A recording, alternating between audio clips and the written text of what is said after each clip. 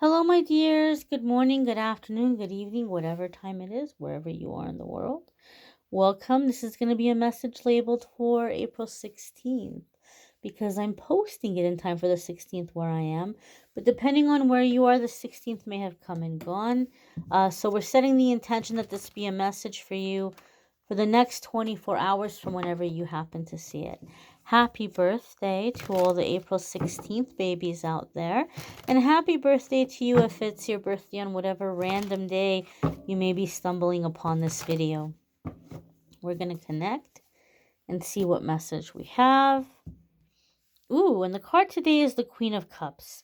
Now, the Queen of Cups can be a water sign person, feminine energy specifically.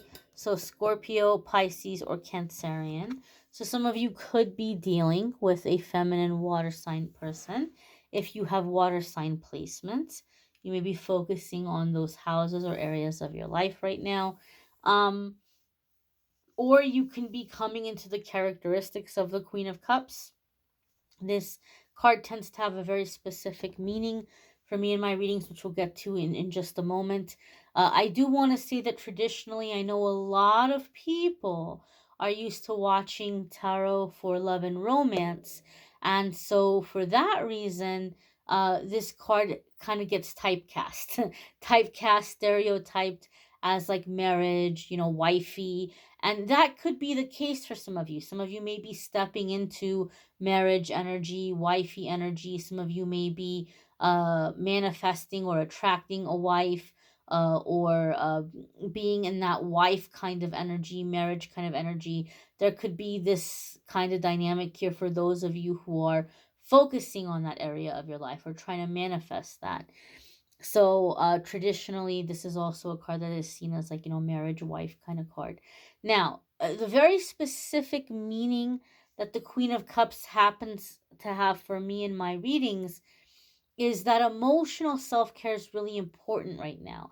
And this still applies to you if you're trying to manifest love. I would say especially if you're trying to manifest love. Because um a lot of the times when people are seeking love and they're seeking a relationship, especially people who are not the kind of people that have a new relationship every 2 weeks, or like just every 6 months, it's all over their social media that, oh, the love of my life, and then they break up, and 2 weeks later it's like, oh, I'm so glad I found you, this is the love of my life. Like every relationship, not everybody can do that. Not everybody can just kind of be like, okay, this is, I'm crazy about this person every single relationship. And so, some people are really seeking connection. They're really seeking emotional intimacy. And they want to be with someone that really cares about their feelings, and they want to feel connected. And you can't have that if you're not connected with your own feelings, if you're not connected with your own emotions. If every time you have a big feeling come to the surface and you tell yourself, I can't deal with this right now, this is really inconvenient, or I really don't want to feel this, what's going to happen? The relationship you end up with is a mirror of the relationship you have with yourself. So then you're going to end up being with someone that every time you try to talk about a feeling, every time you try to talk about a need, they're going to be like, I can't deal with this right now. Or, let's talk about this later. Or this is really inconvenient. Or this is really uncomfortable for me. You're going to be met with that same energy back. So when the Queen of Cups comes up in my readings, emotional self-care is really crucial right now. You might have some big feelings coming to the surface, and you have to let yourself feel those feelings and let them out. Get them out of your system.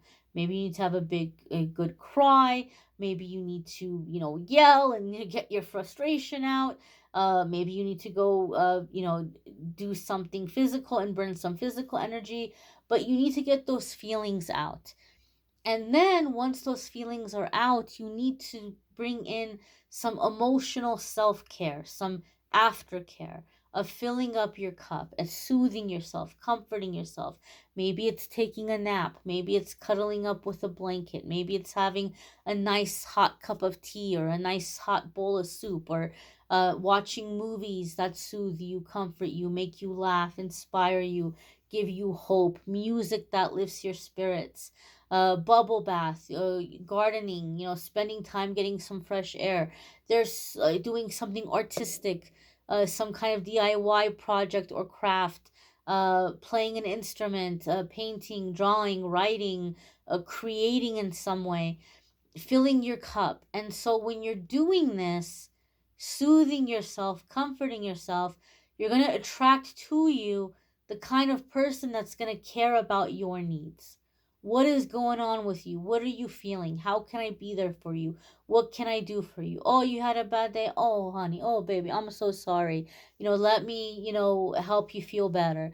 And you're going to attract that if you have that relationship with yourself, that your feelings matter, and that you're going to do something to soothe yourself and comfort yourself. Sometimes when we're healing and this we come to this part of our healing, we might be resentful of it. We might resent that we have to soothe ourselves or comfort ourselves or fill our cup, because we know that we deserve to have somebody soothe us or comfort us. But it's a necessary step to get from having nothing to having that person or having that kind of connection. Because every relationship we have with people um, is going to be a relationship that we have with ourselves. And this doesn't mean that you're never going to encounter people that don't like you. We can't avoid that entirely. We really can't. There's different personalities, there's different energy levels. So it doesn't mean that if you have a wonderful relationship with yourself, that just every single person on this planet is going to just be, crazy about you and supportive. But I'm talking about your romantic relationships, your close friendships. Those are the relationships that are mirroring back the relationship we have with ourselves. And so a lot of us are going to have an opportunity right now to come into this shift of being connected with our heart, being connected with our emotions, and having that kind of emotional connection with others, having that kind of relationship with others. But overall, you may be attracting into your life a very soothing, very nurturing, very loving energy. This is also one of the cards that is associated with motherhood. So maybe some of you are manifesting motherhood, stepping into motherhood, finding the person you're going to have children with, kind of energy. That could definitely come with the Queen of Cups as well. I thank you all for watching. I hope that this reading is helpful. I hope you all have a fabulous day ahead and that you come back for tomorrow's reading, card of the day message. And there's also links in the description that will take you to the scheduling page to schedule a private reading with me if you're interested in checking that out. It will take you to calendly.com/amethystangelite. I thank you all for watching, liking, sharing, commenting, subscribing. I hope you all have a fabulous day ahead. Take care and be well.